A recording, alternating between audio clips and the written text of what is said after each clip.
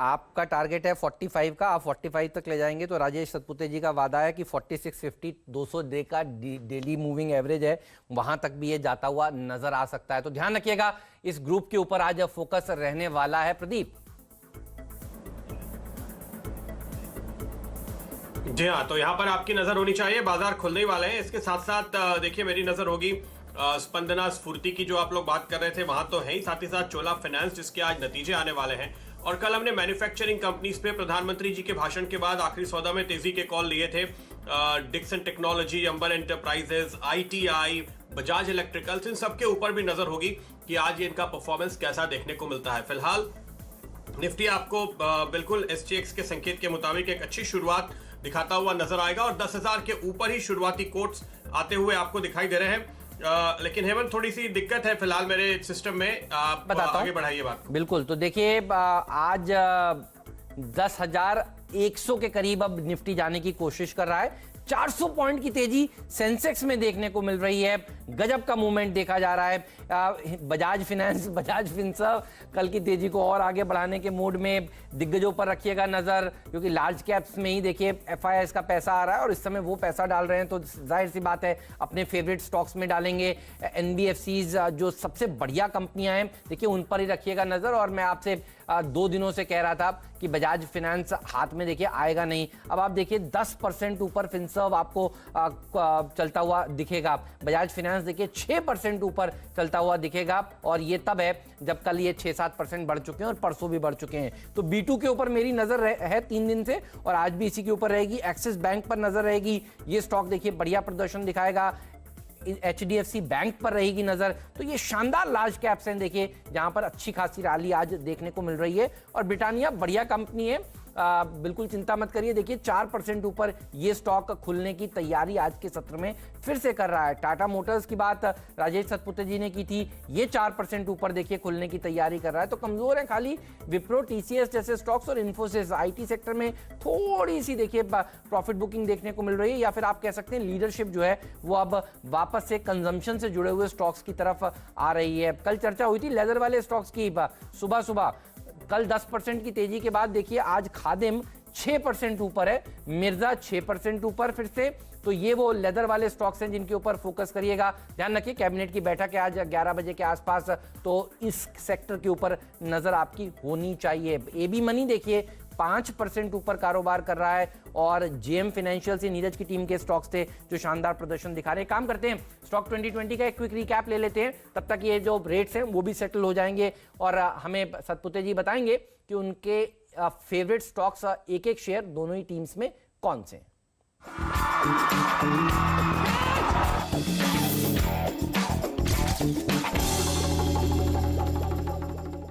पूरी टीम देख लीजिए, बल्लेबाजों से भरी हुई है, जबरदस्त तेजी देखने को मिलेगी भारतीय बाजारों में। 10,000 के पार जाएंगे। लॉकडाउन में लिक्विडिटी देखने को मिल रही है बाजारों में, और मुझे लगता है जिस तरह से FIIs ने भारतीय बाजारों में पैसा लगाया, आज 2 सेक्टर्स आपके फोकस में होना चाहिए। एक तो ब्रोकिंग कंपनियां, क्योंकि बहुत जबरदस्त प्रदर्शन दिखाएंगे ये सारे के सारे स्टॉक्स, और जिस तरह से मोतीलाल ओसवाल जी ने यहां पर बताया कि ऑल टाइम रिकॉर्ड ट्रांजैक्शंस उन्होंने लॉकडाउन में कुछ कुछ दिनों में देखे हैं, तो इसीलिए देखिए मोतीलाल ओसवाल को मैंने डिपेंडेबल का दर्जा दिया है, फ्री हिट का दर्जा मैंने AB मनी को दिया है। ये स्टॉक भी कमाल दिखाएगा। ICICI सिक्योरिटीज के ऊपर आपकी नजर होनी चाहिए। और कल एक सेक्टर मैंने चुना था, वो था लेदर सेक्टर।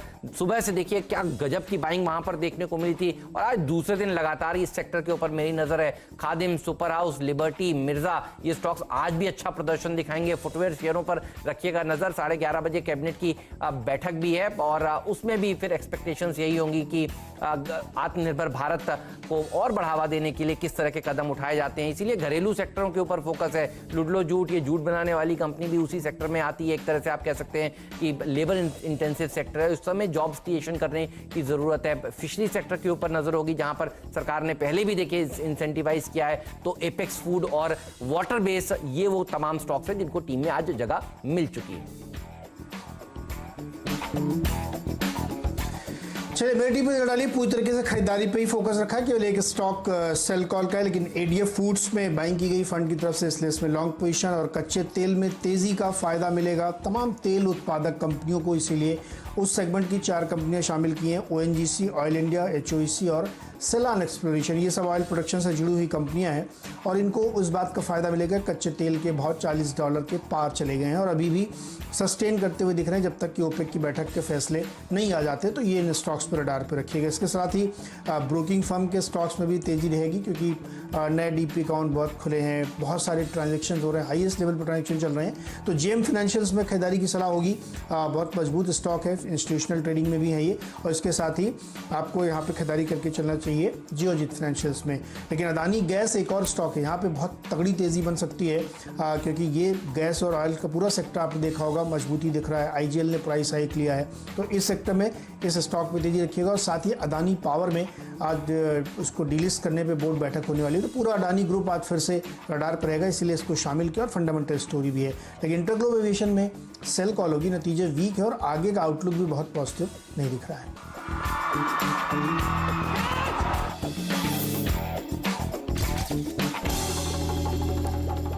ये थे वो 10-10 खिलाड़ी जो सुबह सुबह आपने आपके फेवरेट शो स्टॉक 2020 में देखा और उसका ये एक रिकैप हमने आपके लिए अभी चलाया। आप चलते हैं अब राजेश जी के पास। राजेश जी बताइए एक एक स्टॉक जो दोनों टीम्स में आपको सबसे बढ़िया लगता हो टेक्निकल चार्ट्स पर।